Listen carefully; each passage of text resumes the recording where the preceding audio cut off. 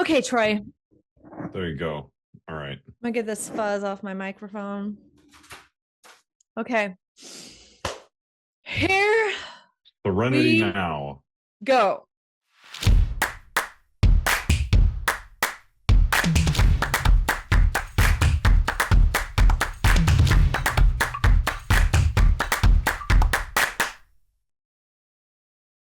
Welcome to Pros Talking Pros. This is Stacey, the flustered, and Troy, the mustard. He, The Colonel Mustard Colonel in the Mustard, library with the with the wrench. candlestick. Not wrench. The wrench? Mm, Did I use the wrench? I wouldn't you do did. that because then I would be a prime suspect because people would be like, that guy knows wrenches. Well, I would Yeah. tell you, I would definitely be the gun because I am a chicken and I don't like hand-to-hand combat. Ah, So yeah, I I'm see. a gun and No, I'm you would be a typical woman killer and you would use poison no. I am because too it's the compassionate least for that. personal. Yeah, no. I poisons I hate poison. I would rather shoot somebody, make it quick. Poison's awful. That's torture. I'm not a It torturer. depends. It depends. It's not always awful. I don't even think I don't even think I would wish torture on my worst enemy. I don't think I'm that kind of person. I don't think I Yeah, like but poison can be quick or it can just seem like an upset stomach and kill you hours later. ugh, And ugh. that's great because then you have you don't have to worry about an alibi. Oh no. No. I I'm mean, yeah. Just if I'm not that gonna I do would it, I'm just gonna do it. condone anything like this. I'm just No, and yeah, we just talk about this on Saturdays. Oh wait, it's Monday. Um that's right. We're screwing up here. well, we're already messing up our alibi. So anyway, well, here's the deal. It's Christmas coming up.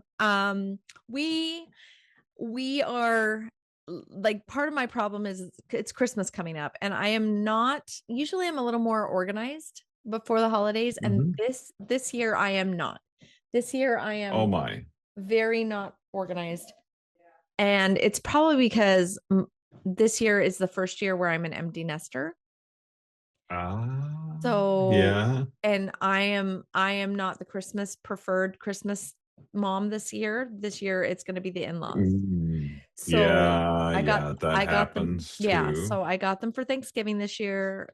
The Christmases is going to the in-laws this year. So, I mean, I get them for Disneyland the first week of January. Like I'm taking them all to January. Like that's my Christmas present. But So you're going to Disneyland, not Disney World. no, not this year. The reason is this is our in-between trip. We are, just so you know, we're Disney World freaks. We call it our second home. We love it. We don't have season passes. We're not that weird, but we will if we would if we lived closer. But we are we just love the feeling that we get when we're there. We feel like we can kind of block out the rest of the world and just be kids. And so and it's fun with my children because they're adults now, and it's just we just get to have a really good time and enjoy each other as grown-ups, like, and be friends and have a good time. And it's just a lot of fun. But anyway, so we love Disney World, but um we're putting off our Disney World trip because they just opened Epic Universe, right? We love Universal too. Right. So we're going to hit up Epic Universe in Florida in 2027. And the reason we're waiting is because right now I think they're limiting um park availability. So you can only visit the Epic park once on your trip or something like Hmm. that. You can you're only allowed, it's like very limited. And it's because they're trying to control traffic, right? And keep the park not so busy. But Crazy. then, Yeah. yeah. And then, there's always glitches. There's always glitches in the systems. There's always when a new park opens, there's always like the glitches. So we are not the type of people that are like, we're not the early adopters. And when it comes to amusement Oh parks, yeah, you're the more we're of, like, well, yeah, wait, let's wait and see. Let's well, let Troy go a week later yeah, and find out if yeah. that's bad or not. Yeah. And then let the park people figure out what works and what doesn't and get the animatronics to all work, and you know what I mean, get all the glitches out so that I when I'm paying that kind of money that I'm going to enjoy myself. Hmm. So that's what we're doing. So 2027 is our Florida trip. And we'll probably hit, Nice. if it's a good year, mom might take everybody to Disney World too. We'll see. Ah, okay. Yeah, but if it's not, Well, yeah, we'll probably just do I'm going because my daughter, who is there, yeah. might not be there What? next year. Oh, Well, her oh, husband's oh. job, I don't Gotcha. know. I'm not in charge of Yeah. anything No, we're not in related to charge. that. And so his job might be changing somehow. Gotcha. I don't know. So But we're going anyway, to so they may have to Florida. move back to Texas. So if they move back to Texas, then I'm not going to have the in place to stay in Florida. Right. Plus, I told her I would come see the kids while they have time. You do So need to see the kids. Yeah. the Yeah. grandkids. So Yeah. yeah. Anyway, so yeah, so we're going to be staggering our vacations this year. Yeah, we are. You'll be We're gone one week, and I'll be gone the the following next week. week. Right. Yeah. So it's going to be But a at little bit least you weird. won't be in Florida like the week before I'm in Florida, because that would just not make sense at all. Be like, what in the world are you doing? Stacey and So Troy are anyway, staggering our Florida. But no, but yeah, Florida this time of year, especially when we live in Idaho, is so nice. yeah. It's Last so year nice. we went to Mexico in December, That's right. I remember that. and Yeah. then oh no, we went to Cozumel in Yeah, you December did. last year, You went and scuba that diving. side of Mexico is fan freaking tastic because the water is the same temperature as the air, and so it's just warm all the time, all Nice. over. So I Nice. just like it. Anyway, Yeah. yeah. I would be a big fan of that too, but yeah, so anyway, yeah, so warmer climates for the winter are nice, Yeah. but we're, California, it's not too bad. It's not too cold or anything. I mean, you're still getting, up Oh, to yeah, we 70. were there. It was warm last week. We Yeah. were there and it was warm and nice. And So mid 70s is still pleasant. not bad Oh, it's compared to what we're doing here in Idaho. It'll be yeah. snowing and raining while we're gone and It got you cold know. this weekend. Yeah. So Hmm. then well, at least we're not in Portland where they're flooding and Oh gosh, yeah. mountains underwater, but hopefully God bless those people. I hope that they can all stay safe. But yeah, it's crazy out there. So yeah, it's just a nutty thing. But anyway, the reason I bring up that we're close to holidays and people this time of year, we tend to kind of like do a recap or we kind of like look over, Hmm. reflect about the year, and then we kind of look at the next year, right? We always like, and everybody sets these goals and they have their resolutions and whatever. And I don't really like the idea of resolutions because it means what you're doing isn't working, or I kind of like the idea of setting goals because it feels like Hmm. stick better. Um, so for next year, I'm sure Troy, you have some goals, and I know I definitely have goals, but it's been like 2025 was kind of weird. I was very, very hopeful that this year would be like the breakout year post, our dumpster Hmm. fire 2024. Um, but it really wasn't. It wasn't as big of a breakout as I thought it would be. There was No, it was I think it it was almost was like a pause year, or not a pause year, but kind of like yeah, almost it like a was leveling different out. for like everybody that I know. It was almost like a year and like an adjustment year Yeah, or almost like something. a reset kind of. Like, yeah, like, kind of like a reset. Like, we're not sure because, like, the way I thought things would go at the beginning of the year is not how things went. And No. some of that for the good. So, Hmm. not saying that's all bad, Right. some of that for the good. But some of it definitely challenging where I was like, Hmm. really? Yeah. Like, I really thought things would be different. But I think there's a lot of factors going into that. I think it's partially the economy and the overall.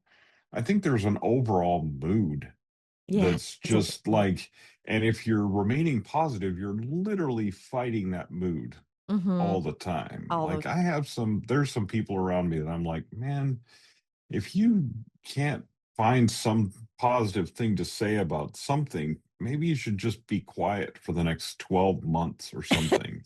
I mean, I don't know.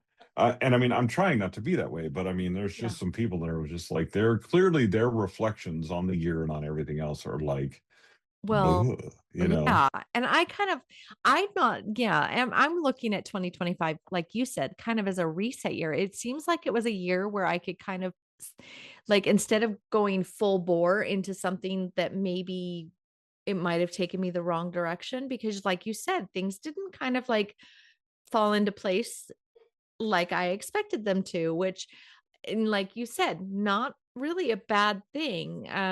There's just, it's just the way it happened. And I really think that right now, as far as the, like, I don't know, kind of the pulse of the publishing industry, it feels like that is kind of across the board. It feels like everybody just kind of took this year to kind of see what was Hmm. gonna happen. And and it's kind of, I think AI has kind of thrown a little bit of that kind of wrench into the Hmm. whole works, and some of the cogs have been like, I always call the publishing world kind of like, the publishing industry is kind of like this cog machine, and it feels like Yeah, all these cogs have widgets. been swapped out, sorry about my dogs. um but anyway, yeah, it just feels like there's things that, and like you said, not all bad, not all bad at all. Well, And so I think that one of the things that I would like to do is kind of discuss what maybe we would like to see happen in 2025 in terms of like publishing as a whole, and maybe even individually, like what we're looking at as far as our goals, but and maybe how we plan to implement those, and maybe some of the things that we might be hearing from our clients. But also, I mhm, think it would be a good idea to kind of like plan for, and I would like to know if you guys are watching this or listening to this, like if you would like us to do a final like live before 2026. Because I think it would kind of be fun for you and I to do like a live and see what people would want to chat about. We could talk about something live, and we can mhm. take some comments while we're talking and see what other people would be interested in Yeah. hearing us I chat mean, I about. think that would be kind of Talk interesting about because goals. what I think really is, so for me, what has happened this year is I've had to reset some of my thinking and some of my goals career wise and be Right. like, okay, what am I actually doing? Because I do a lot of stuff for other people, and sometimes that's a great benefit to me, and sometimes it's not. Right. And so I have to decide like what that looks like in the future and what's actually going to work for me and what's not. You know Right. what I mean? Mm-hmm. And really kind of take a reset, a new look at that. And I think the other thing that's happening is like for me, especially what I've kind of figured out more towards the end of the year is where I stand with AI and where AI is going to fit Right. into my ecosystem and what I'm going to do with it because Right. there's just a lot out there happening, a lot of tools, a lot of things happening out there that Right. are like, okay, this is going to be the next big thing or whatever. And I think most of them are not going to be the next big thing. I think that there are that the answer, as with many of the things, is not in the extremes, but is in the middle of using this as a tool Yeah. to And that, enable us to move forward. And so when it comes to like setting goals and things like that, I think some things, like I'm all about setting goals and having, measurable outcomes. But at the same time, I think there's some goals that normally I would set that I don't think I'm going to set them yet this year. And the yeah. reason is I AI is advancing so fast and some of the other things are advancing so fast that I'm actually not sure about some things that normally I'm pretty confident about. Right. Like if I wanted to make set word count goals, but I think like I'm experimenting with a tool right now. We talked about it, Jay Mhm. at Plot Drive. Him and I met today, and Oh, cool. talked about really the same thing of like like how are we using AI as a tool and how can it speed up our process? And so I started working with some stuff and I can see how it would speed up my writing process. Like it's not going to replace me in writing. I'm not writing my books with AI, Right. but I can see how by using this tool in certain contexts, I can speed up my process, right? That's kind of cool. Awesome. That's fantastic. But so I don't know what impact that's going to have on my output because it looks like I'm going to switch tools at least for part of my process. Right. And so what does that look like? Well, I don't know. Is that going to Yeah. mean editing faster? Is that going to mean putting stuff out faster? And then we talked about it, the simple things of like marketing is your primary bottleneck. Like how quickly can you put some things out? If I'm putting out some of my backlist and new things, how fast can I actually do that? And the answer is, I don't know. I mean, it's a really good question. So anyway, so I think that's a part of my hesitance to set certain goals that I would normally set is I really don't know what's going to happen, but Yeah. I'm actually kind of excited about that. And that's so, you know what I Yeah. mean? It Like kind of it's kind of feels like, weird. I know It's it kind of is. And weird. usually, I mean, like, and I'm one of those really kind of like, I would probably say, I would venture to guess that I'm a little more careful with than you are when it comes to like diving into something new because I'm always going to, I'm like one, like just very much like I am with Park, right? Like I am with Epic. I'm going to stand back. I'm going to see what's going to work. I'm going to see what's breaking and not, and I'm going to see what's going to be the good point. So am I going to go left or am I going to go right? That's kind of where I'm at with the publishing industry right now. I'm more or less, I kind of feel like it, and I, for lack of a better term, it feels like I have a fiduciary responsibility to make sure that I'm making the right decisions for my clients and not pointing them down a path Hmm. that's going to put them in the wrong basket. You know what I mean? So Hmm. I think that's kind of why I'm the way I am, but it's also just it's kind of interesting. So some things that have happened this year that are trends that have happened that kind of surprised me is and I don't know, maybe this is a trend that has been going on for a long time and I'm just completely oblivious because I live in a happy bubble, but there was a there was a lot of hate that showed up on my feed this year for writers in general. Hmm. Like there a lot of readers had a lot of criticism for a lot of different writers. And oh, okay, that's great. Like I criticism is great because it keeps like those authors writing better and trying to figure out what people are really interested in and what they want. But it Hmm. feels like a lot of the criticism that I've heard this year was not constructive in any way. It was just mean spirited, which is just very weird for me because we live in Hmm. a very like I said, we live in a creative space with a lot of great people. And what you're trying to do is encourage people to continue to be creative and create things that make them happy. Artists are kind of like we're very sensitive creatures, I think. And Hmm. so when you start being mean spirited and kind of banging them around a little bit emotionally, it feels like you're doing a lot more harm than just it feels like you're doing a lot more harm than just putting somebody in their place. You know what I mean? It feels like Right. it feels like you're crushing dreams because people Hmm. they quit instead of getting Well, better. and this has been happening for a while, but it seems to me that there are certain platforms and certain things happening that are magnifying that. Yeah, And it's ugly. what people don't understand is that you can literally destroy someone's career by Yeah, doing that.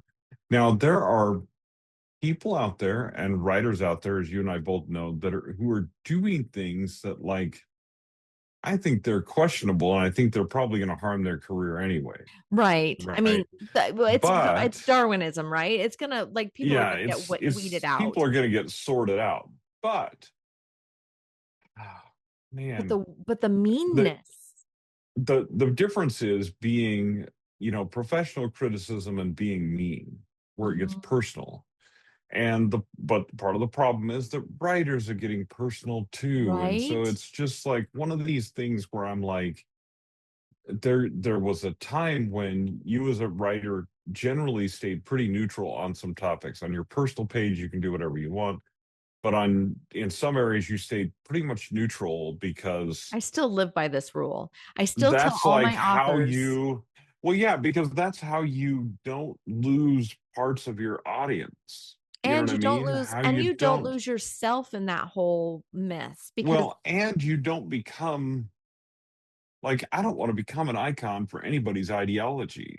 You know what right, I mean? Like right. I have my own ideology and I feel like yeah, that offends some people at times.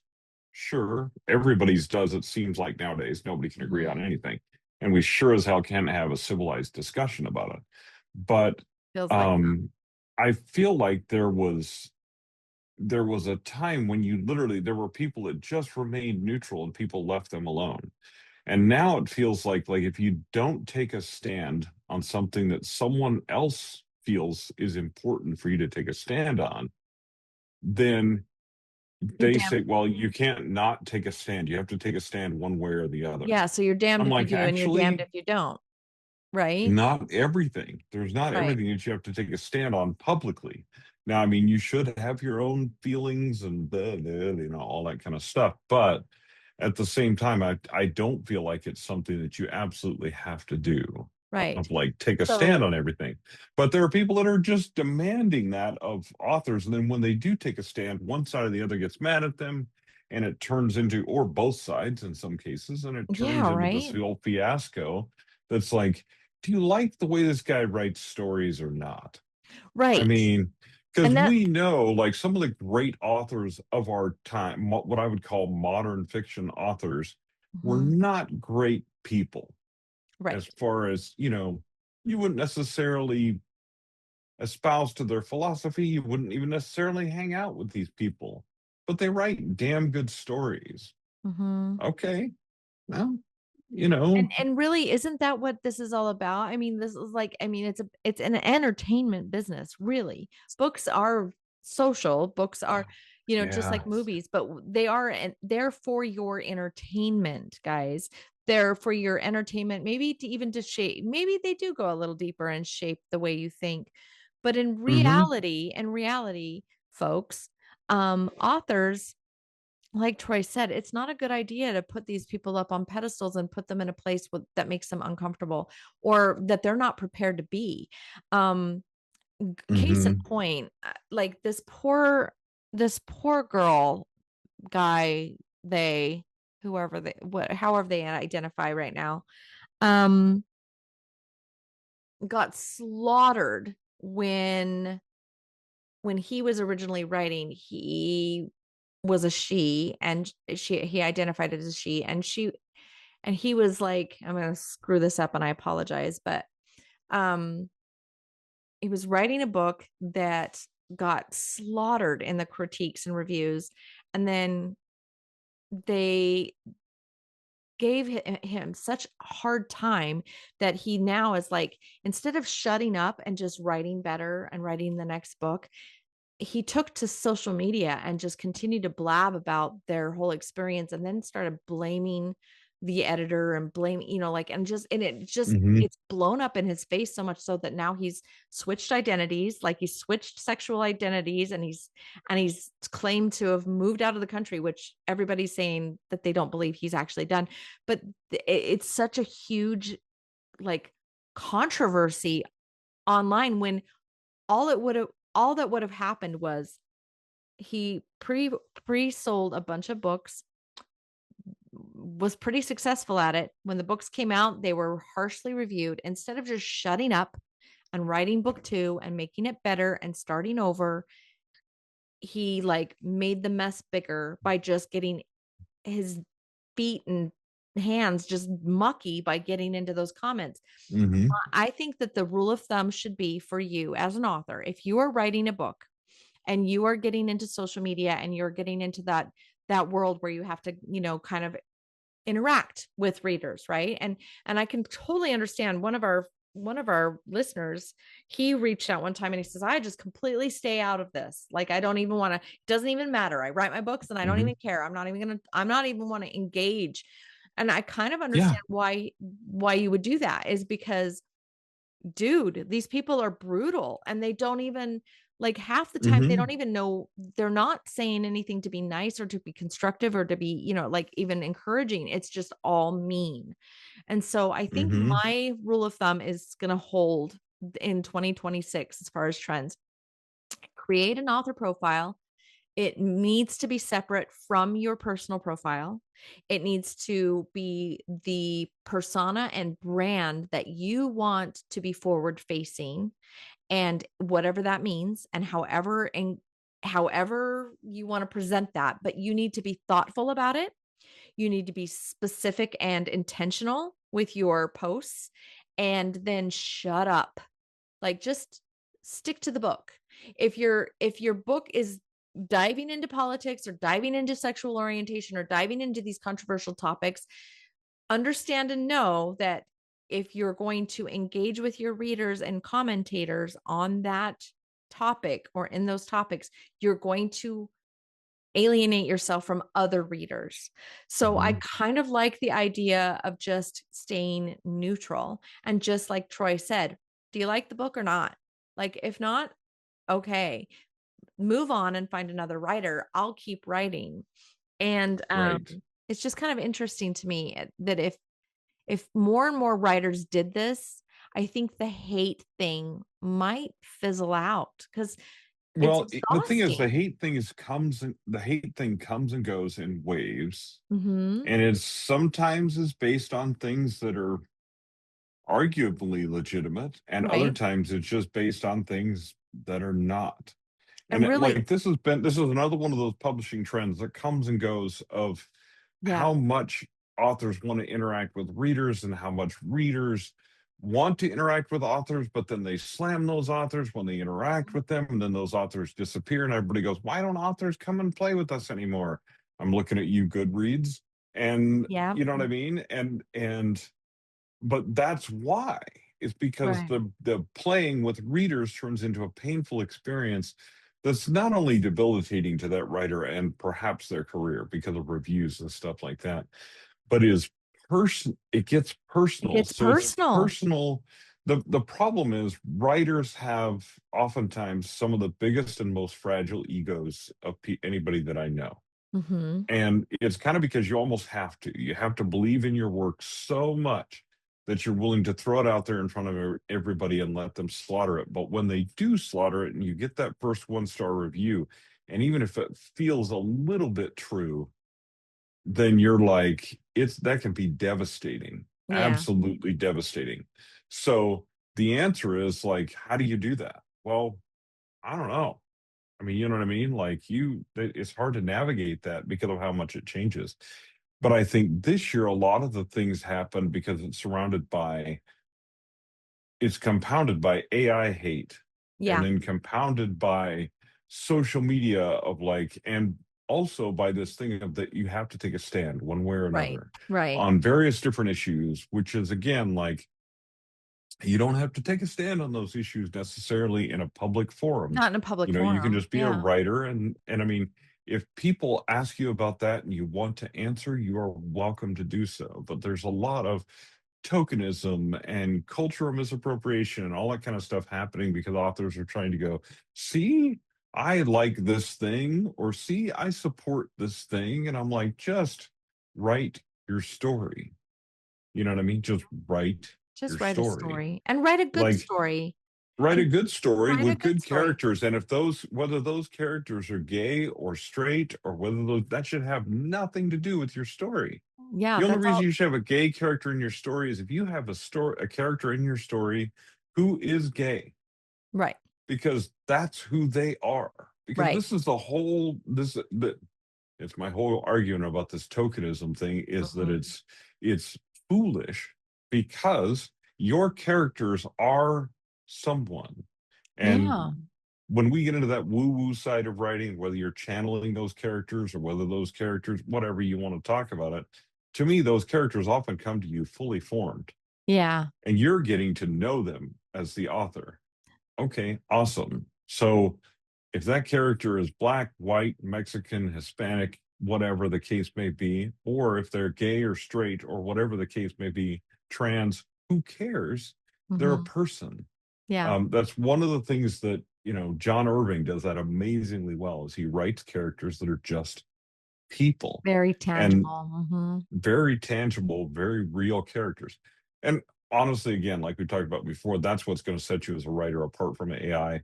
And this is what people are looking for. It's super interesting that job descriptions are going up for people, for corporations and stuff looking for storytellers Yeah.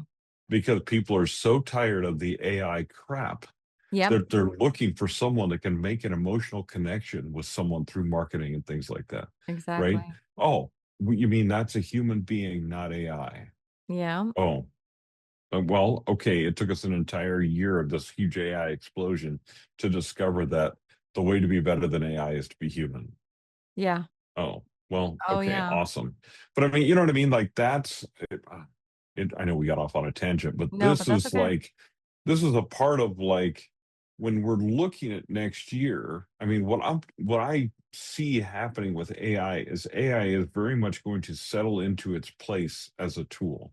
Exactly. I keep Just telling people this. I keep telling, like, whenever I issue the declaration of, like, as a writer in your career, you should just understand and accept the fact that AI is going to be there. It's not going away. It's Mhm. going to be part of what we do. It's already a part of everything that you do. If you don't think it is, you need to reevaluate how you wake up in the morning, because I don't know, I have an Alexa right next to me and it tells me to take out my trash on Thursdays, and it if I didn't do that, I'd probably forget. Like, it's just and that's an AI, you guys. So you got to remember, like, it's integrated into everything. It's in our phones, it's everything. It's when you call Mhm. the power company, it's everywhere. So just don't don't be too hateful and spiteful when you're talking to an author who has implemented it in their editing process, or maybe even their creative process, when they've like the draft, they draft their initial draft and they're trying to figure out and explore character traits. Don't hate on those authors. There's like Troy said, it can speed up a process that usually took years, painfully took years. Sometimes, Mhm. again, there's many authors that have quit long before Well, they get the book out because they couldn't get past certain blocks, right? well, and the biggest key to this is that none of the people that I know that are using AI in a responsible storytelling manner are trying at all to eliminate the human element. At all. Elizabeth Ann West, Future Fiction Academy, on the leading edge of AI for writers, arguably one of the giants right now in Till she sells her AI, company. using AI for writers. Jay, what's his last name? Rosencrantz. That's Plot Jay Drive. Rosenkrantz. Hmm. A Plot Drive. Russell Notley is has jumped in on that as well, right? And like, but here's the thing that every one of them says is they're all say I'm not trying to eliminate the human writer and the humanity in writing and editing. I'm not trying to eliminate that. I am trying to enhance our ability to be better storytellers and to tell stories in a new way or more quickly. Same thing, Michael Evans with Creatorwood, With right? Creatorwood. We're not Hmm. trying to eliminate Hollywood. We're not trying to eliminate other options. We're trying to give storytellers another avenue and another way to tell their stories, present their stories to people, right? Yeah. That's what we're You doing, guys have to understand something you about know? storytellers in general, is a lot of times, I'm sure you understand this. You're an author. If you're listening to this, you're usually an author, most of you, or professional, maybe editor. But when you're working with somebody who is creative, and there is that really interesting nuance between the woo woo, right? The writing process and the Mhm. like figuring it all out and everything. That is a that can be a painfully slow process. And like Troy said, it's the human part of this is your experience and your ability to discern how a story should go. But here's the thing that AI is different about and helping authors, is that when an author comes into this business new, and I can say this from personal experience, usually they hand over a draft or a story that is pretty not good. Yeah. Like their first manuscript, Yes. even after many Yes. rewrites, and I get it. It's like you can tell this is a debut novel. Does that mean that I want them to stop or that I don't want them to write it? No. Does that mean that they should publish it? Not always, no, but sometimes it's okay to encourage that first debut novel just to get it out of their freaking head. Because otherwise, Hmm. what happens, and this is true. I know all of you who are listening, you have this. There's this story that you wrote and you keep going back to it and you keep trying to make it better because it's your favorite. It's like the one that you just can't seem to let go. And you just keep going back and rehashing and rehashing. And if you don't get that thing out of your head and out of your life, you're never going to move past it and get better. And so, me as Hmm. a writing coach editor, I'm always like, let's just get this thing out of your head. Let's just get this thing Hmm. out and done and over with so we can move past it because then the book is done, it's over. And it won't be your bestseller. It won't be the breakout. Like very rarely is any debut novel a breakout novel. Like it's like I don't Oh even know. yeah. Yeah, I don't know Well, yeah. I mean, anybody. so I'll preface it by saying that my first novel that I published was very successful, and that was because of the timing and things like that, right? Right. But that was not my first novel. Right. That was the first novel I wrote that was at all publishable, that went Mm. through that editing and revision process where I went, are you kidding me? You want me to take out what? And you know what I mean? And stuff like that, right? So where you guys are, like we first of all, we've all been there, We've all right? been We've there. all Yeah. been there because no matter how experienced an author is, they've all been there. And we all go there again from time to time, where we get woken up by an edit or by something else and we go, oh Yeah. crap, I can do something better or I can change and learn more. Um, Man, when I took double master's classes last year, stupid. Don't do it at the same time. Dumb. But when I did that, what happened was that I learned a lot about story that I'm like, and some of it was a refresher of what I Mhm. knew, but some of it was brand new. Yeah. And like, if you think you don't have anything to learn, first of all, you're crazy. But one thing that Jay and I talked about when it comes to AI too is the fact that AI, the biggest thing with AI is it can point to perhaps what is wrong with your draft in some Exactly. area. So you Yeah. can do manuscript evaluation. It can point out to what's wrong with your draft. Part of the reason you need a human intervention of a human editor is as a new writer, you don't know how to fix that because you Right. don't know what it means. Right. And we can show you how. And Right. other more experienced authors can show you how. Because the problem is, it's still the same rule as everything else. Crap in gets crap out. Right. And so if you have a manuscript that is really messed up, AI is going to give you a bunch of points about it that are not necessarily great, right, about your particular story, but you may be able to fix those really easily. Like I have an old series that I'm like really excited about rewriting, but and part of it because I want to change the tone and the way the series itself is written, right? Mm, mhm. So, but I can ask AI what's wrong with this draft and it give me a list of things, but also I know because of my experience that there's like I can fix four of those things by doing one thing. Yeah. And it's kind of Like like what we were that talking will about. fix them, We have a you client right know? now that we're working with that it's like you said, she's got a great story, great premise, great ideas, but like there's a couple things that are a little bit hinky and that you have in your, tool bag of tricks that you can show her how you can fix those things with just a few little tweaks.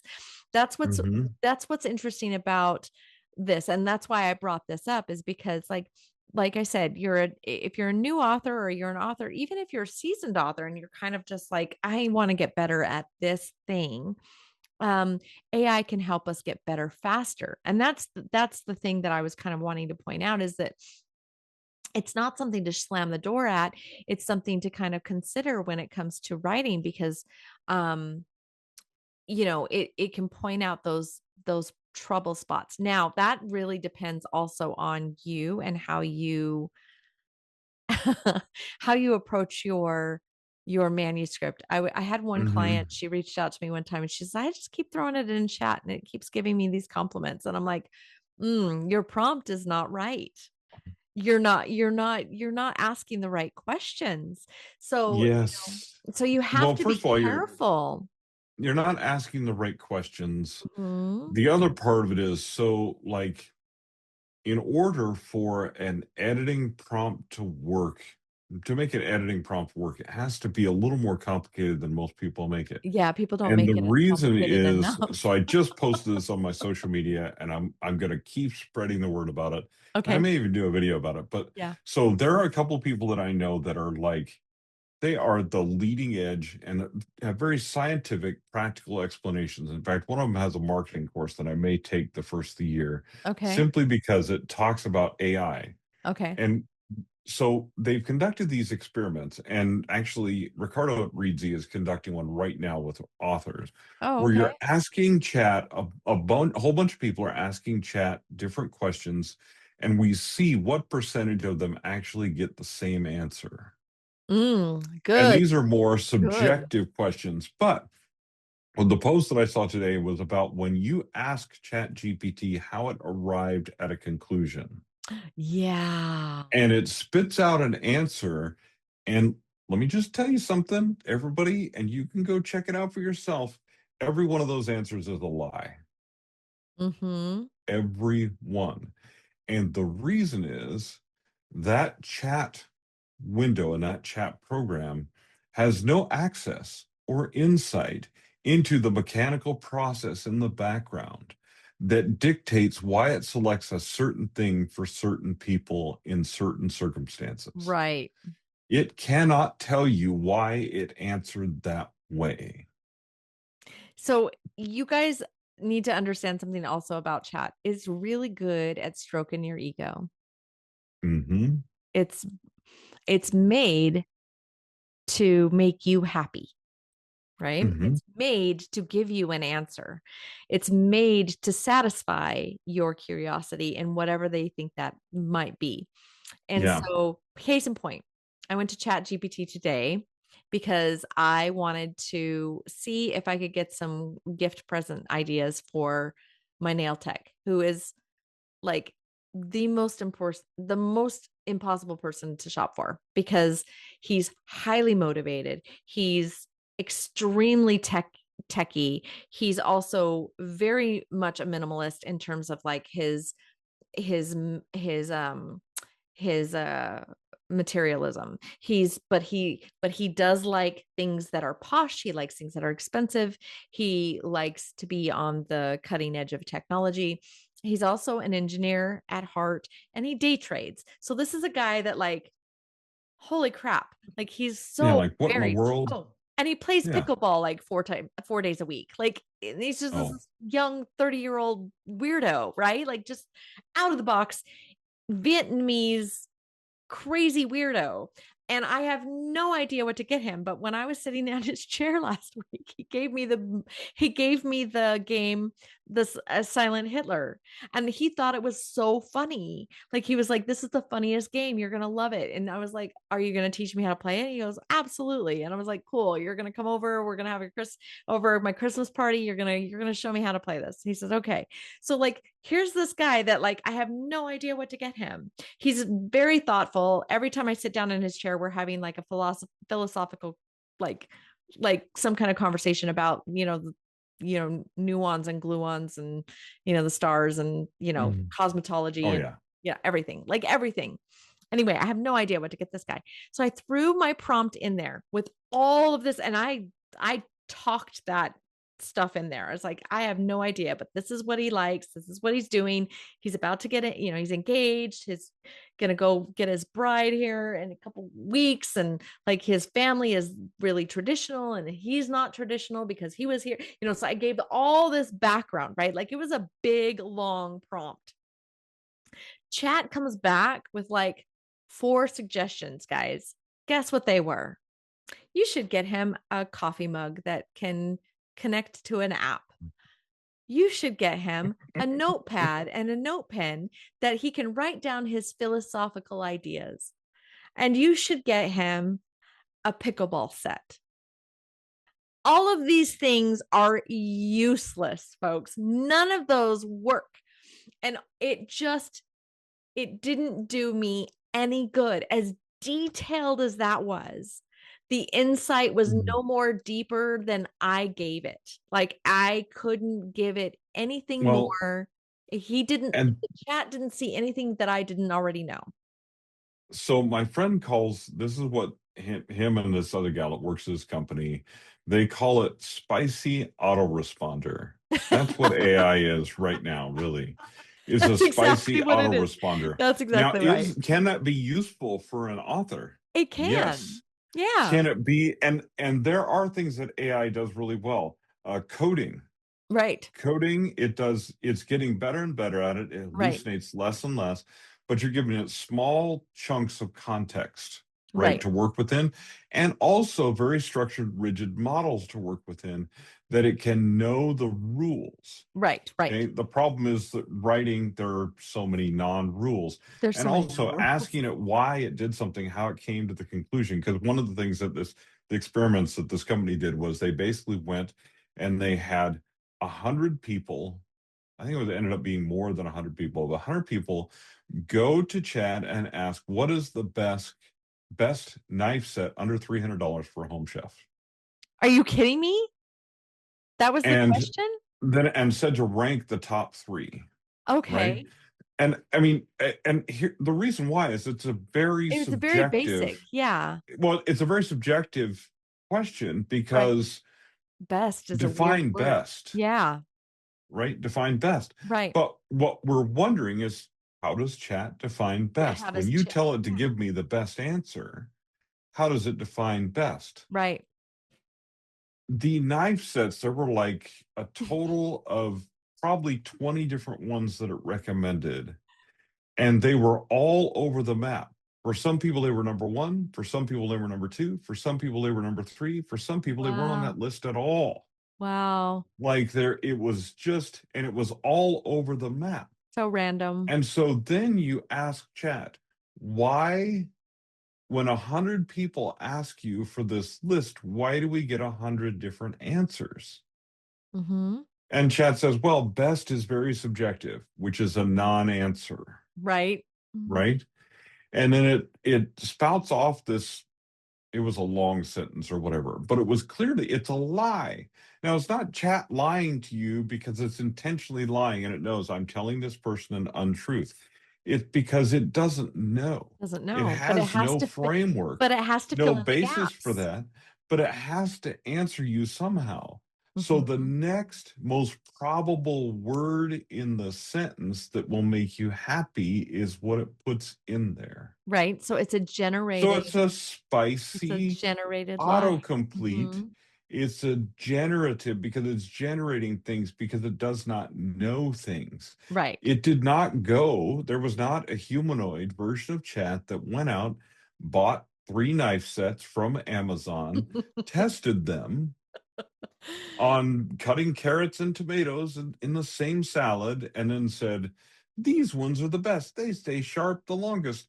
That's not what happened, Yeah, and so right? here's the thing. This is Super what's so interesting. scary about this is that this is the same kind of thing that people are going to with their personal lives and their mental health, right? People are going to this robot who like will make things up with their mental health. And so, yeah, it's scary And their as money. all get out, right? Like this is so terrifying. And their So money. with writing, like let's just break this down.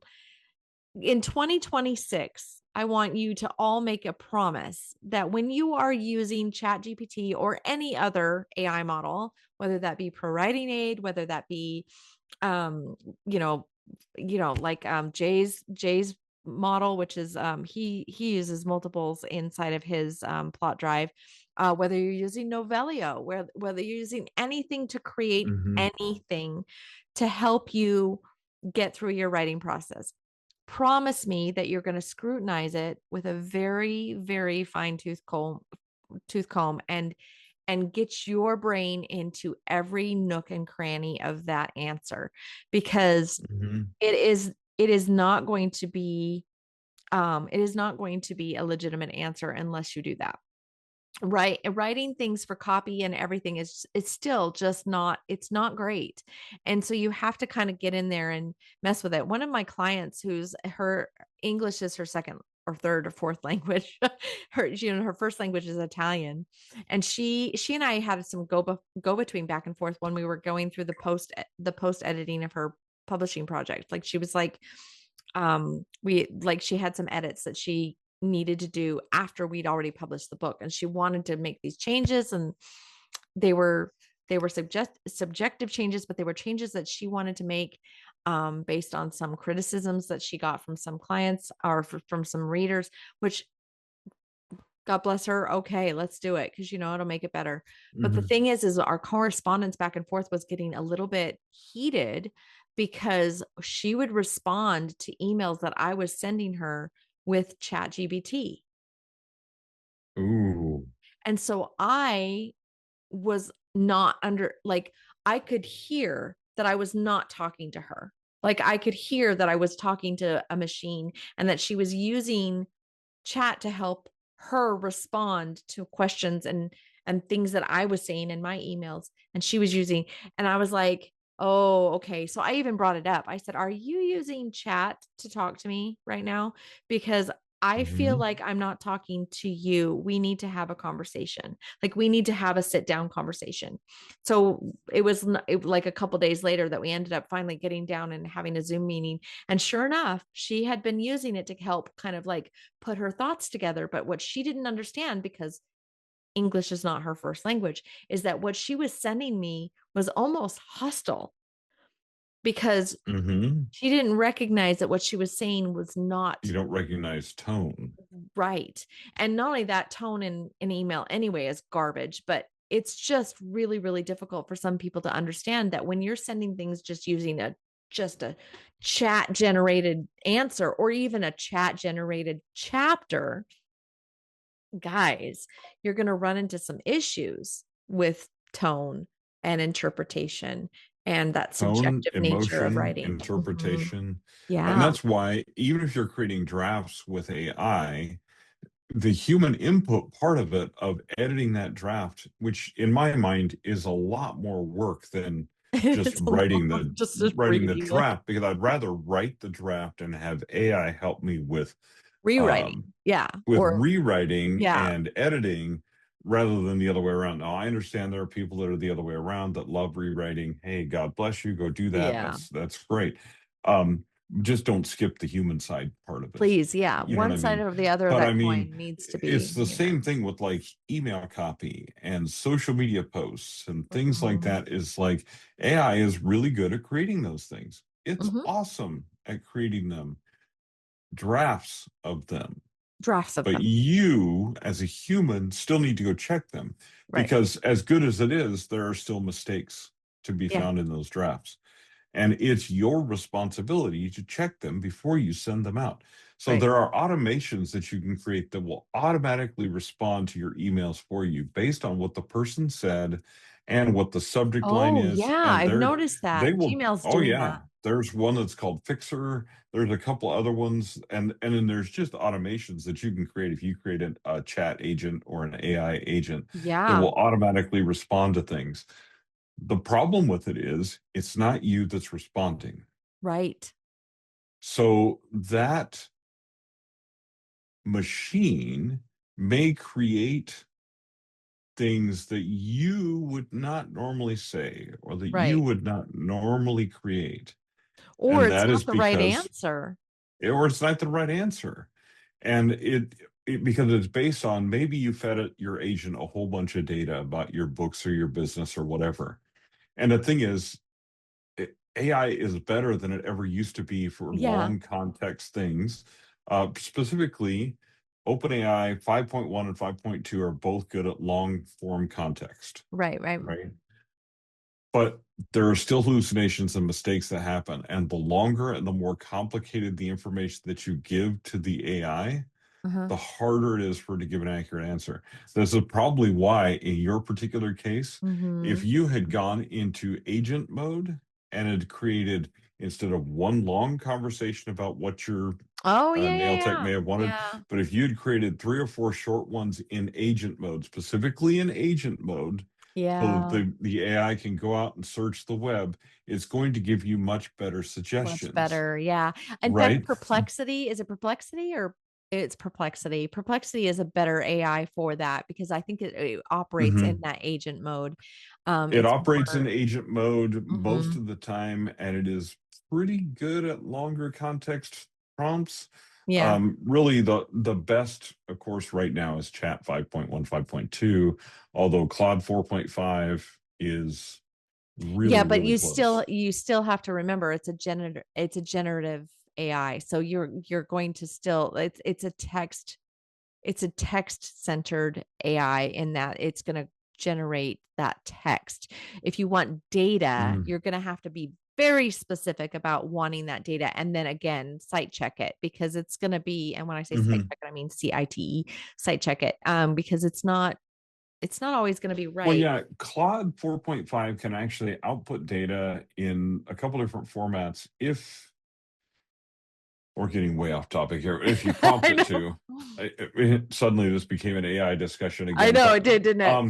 But however, I mean, this does impact It does next year, impact though. I your mean, it year. really Yeah. does, because here's the thing: is we're getting to the point where models are so close. So OpenAI is, I think, headed for a crisis, and Mhm. here's why. They were first initially, and they had the largest base of users. Right. Okay. That was awesome for them, right? And that allowed them to do a lot of innovation really fast. It also allowed them to raise a lot of capital, even though they're not making money yet. But financial times are going to come be tough because, first of all, the investors are going to come calling. They want their money back. Right. Second of all, arguably, they don't have the largest group of users anymore, and their models are not the best. They are still close to the best, but like for certain things, like if I was coding, I would not use Codex inside of OpenAI. I would use No. Claude because it's better at that particular thing, right? Right. And because those are backed by huge companies, Google's AI, Gemini 3.5 is another one that's arguably one of the best models out there right now, right? But Google obviously has a huge base of customers. They can get us to integrate things into Into our um, world. world and our devices to where, and this is where AI is going. It's going to be where AI is simply a part of things, kind Hmm. of like autocorrect in your text. Everybody has autocorrect turned on. Everybody hates it because it makes mistakes and does stupid things, But but it we also makes all us laugh. use it anyway, It makes us right? laugh anyway. We get a It good makes us laugh we get anyway, a good right? But we giggle out have of it in it. there. It's just going to be to the point where AI is integrated into things and you don't even really think about it. Like you're shopping Mhm. with AI on Amazon, and you're not going to think about the fact that you're using Amazon AI for shopping. Right. It's just going to happen. The same thing with search. Is AI search results are already becoming a normal part of what we get back from Google, and we just accept it. And sometimes we scroll past that if you're like, oh, this is whatever BS. It doesn't fit the thing, but we scroll past it. But AI is just going to be a part of everything that we're doing, Right. which means for writers, in many cases, it's just going to be a part of your writing software, whatever software that you're using. And yeah, you'll be able to turn it off, and there'll be things you can do. And you can argue about, I mean, I think next year we are going to see a lot more about the ethics of how AI is How trained. And it should be used. Mhm. I think we're going to see different models for training and emerge because AI is running out of training material. Right. And so, like, we're going to see different models emerge about how you can get paid for letting AI train on your data, whatever the case may be. But anyway, so I think that's going to change next year too, because it's going to have to, Yeah. right? But at this point, AI is, I mean, you can turn it off, but it's in almost everything that we use all the time. Yeah. Like I So, said, it's even you when know, even when you call the power company, you're talking to a yeah, bot. you can argue the ethics of it. We were talking to the gal from EFA the other day, and she said the primary argument that their people that are anti-AI have about it is the impact on the environment.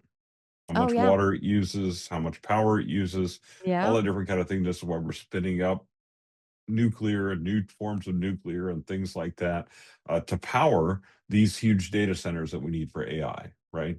Right. So there is a huge environmental impact. So I think some of those things are going to come more to the fore in the next year as well. And people are going to be like, hey, you using AI responsibly only as a tool also means using it only as needed or as necessary or in a minimal type fashion Right. to lessen the economic impact of using AI for every single thing in your life Right. type thing. Exactly. So Exactly. there's that part too. Anyway, Yeah. that's That's a another whole discussion we other, had this week. yeah, that's a whole other It's super discussion. interesting because every single year for like the last 5 or 6 years, I've been like, oh, December will be great. It's kind of slow. I can get some things done and Oh do my some planning gosh. for next year. You too. And It it never has is. never been slow. I need to Like stop saying before, that. like 5 years ago, like before actually probably 2017, maybe 2016, Yeah. like that would actually kind of be true.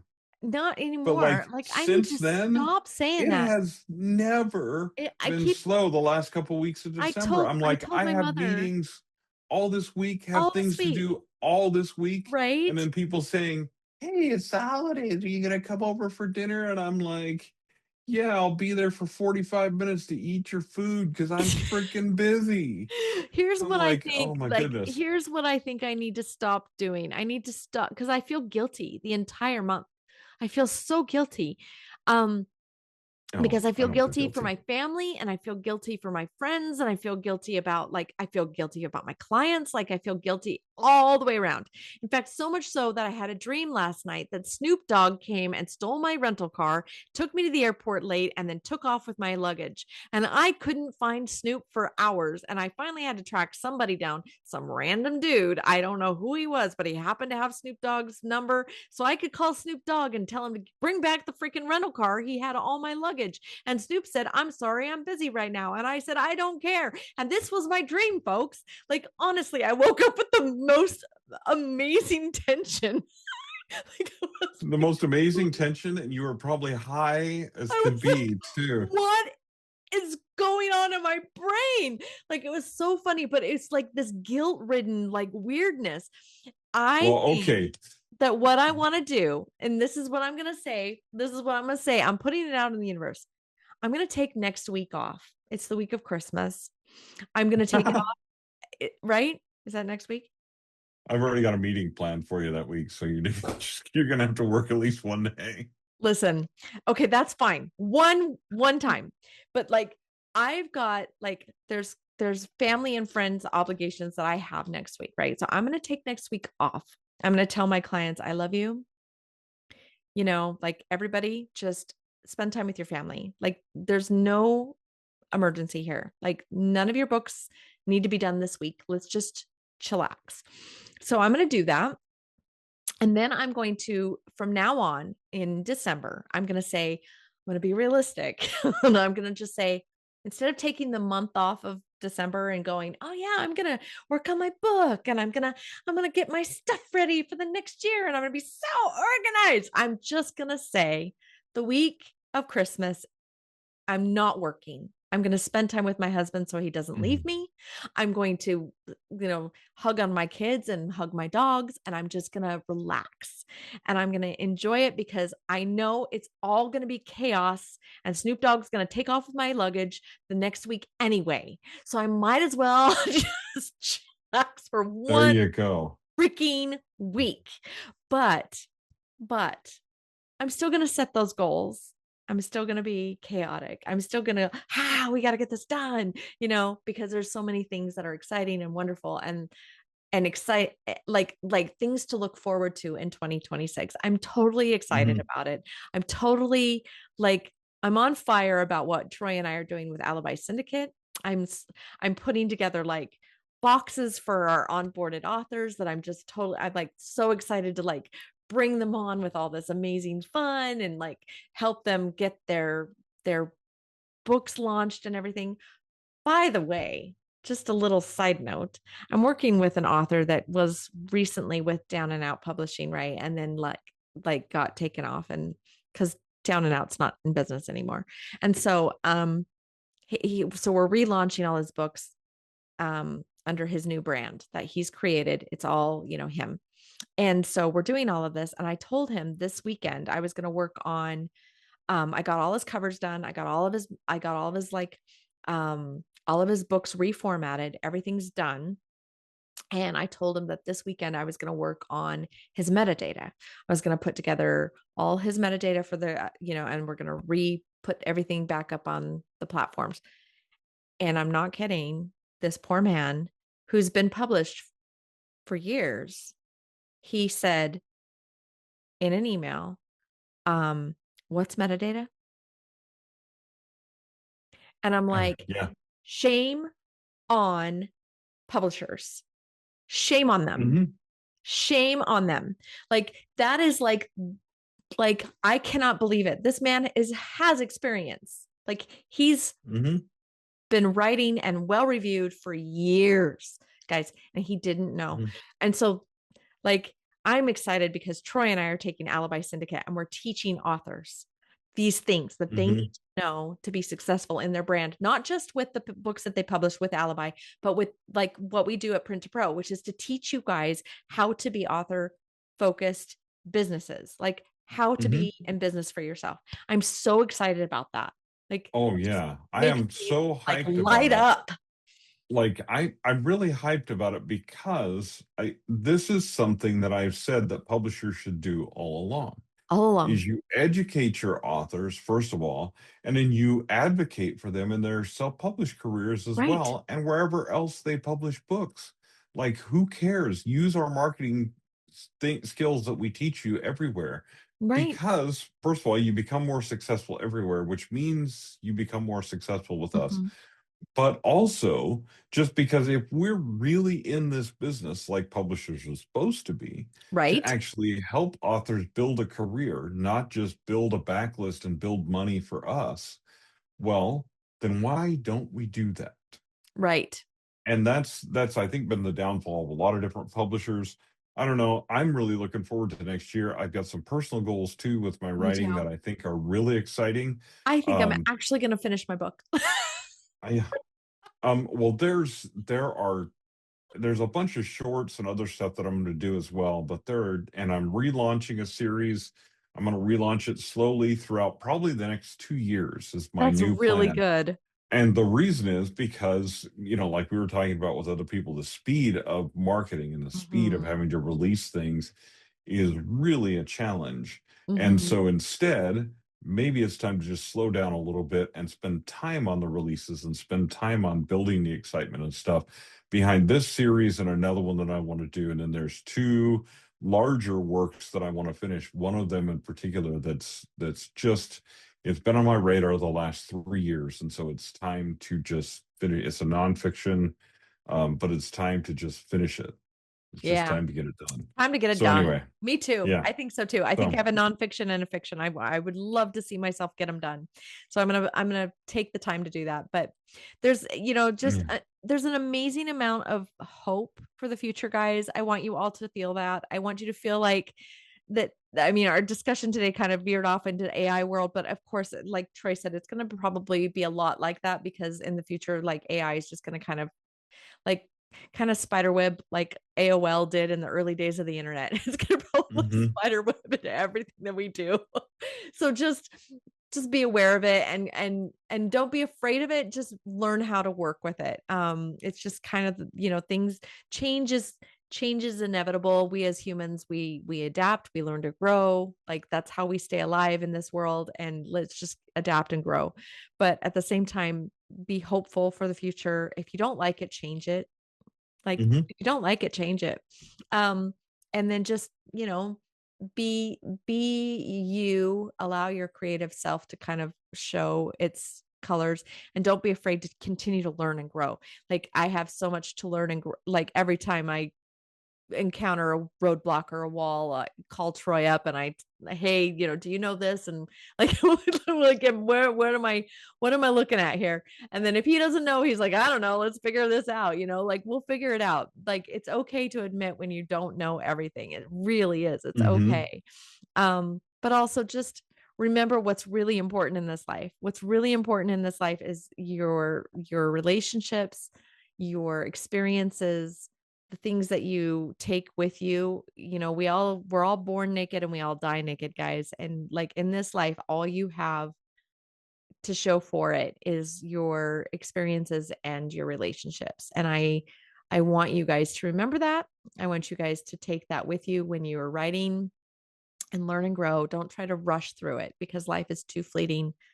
And I'm just going to say this as well. I am we received news yesterday that the great Rob Reiner and his lovely wife was killed.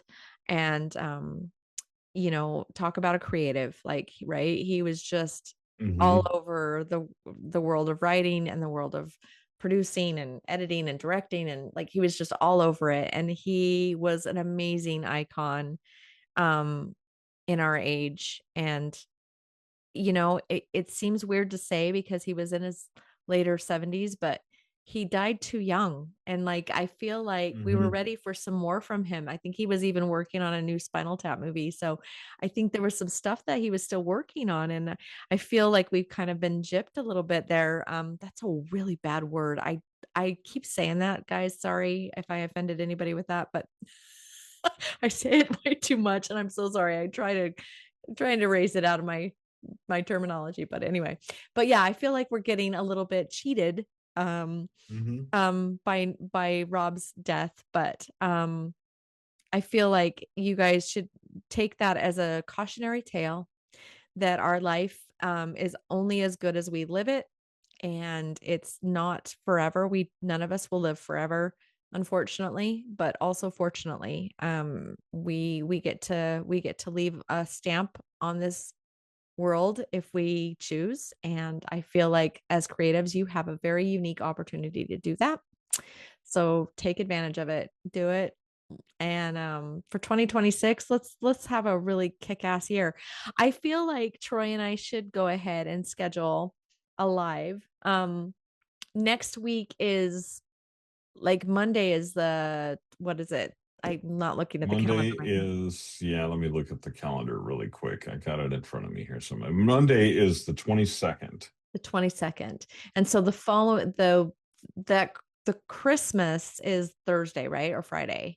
Hmm. Okay, so we could schedule the live on a Saturday. We usually film these on Monday, and I have my editor edit them and we post them on Saturdays. But maybe we could film and do a live one on Saturday, since that's the normal day, Saturday, the 27th. which would be the 27th. And Yeah. we could do a New Year like question and answer kind of session. So if you're interested in having a chat live with us and seeing what we can help you guys work through as you get ready for the new year, I think that would be a really fun session. Yeah.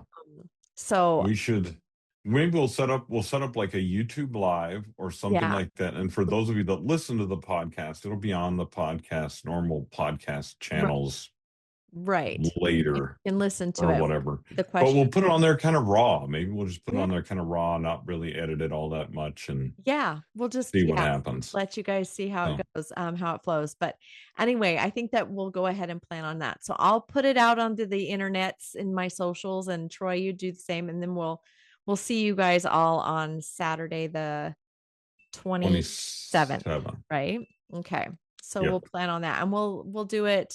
Should we do it like usually I've tried to get these out on 7 a.m. So you want to do like a 10 a.m. mountain Yeah, like time? a 10 a.m. Mountain Let's do time. that. Yeah. We'll do that. Okay, Saturdays are kind of weird, but I know we have listeners that come out on Saturdays, and since it'll be the weekend and it'll be after the holiday, maybe everybody Holiday is weekend, over. after the holiday weekend, bring your turkey stuffed Not self. not too hungover. It'll be a Yeah. couple days, and I'll it's try not to be night too New Year's. hungover. Yeah, so we could Yeah. do it. We'll do a goal session. We'll talk projections for 2026 and see if we can work out some any kinks for you guys. That I think that would be really fun. Maybe we could get Oh, Vince and Zandri to join us. maybe we could. That would be kind of Yeah. fun. We could bring Vince on. That would be really fun. Okay. Yeah. Anyway, He's also in Italy. Who he's knows? in He'll Italy. be, it's probably the middle Four of the days ahead of frickin' us. night, 10, or he'll be not hungover. He'll be 3, drunk. 4, 5, 6. It'll only be 6 p.m. there. We'll see if he'll do it. We'll He see. might. Yeah. Well, let's ask Yeah. him. But anyway, and then Vince, if you're watching this and if you've made it all the way through, you should know that we're gonna come after you. But yeah, so I think my philosophy for next year, I'll have two mottos. One is your story matters. And the second one is going to be have fun. Cause I think Johnny Truant's onto something. Hmm. Yeah, for sure. I think Johnny For Truant sure. something. Doing the things that you love and the things that make you happy and that are profitable. Yep, That's, exactly. yep, for sure. So everybody go out, For sure. write your stories and have fun. And we will plan on seeing you guys on the 27th. Sounds good? Yep. See you, everybody. All right. Bye. Bye.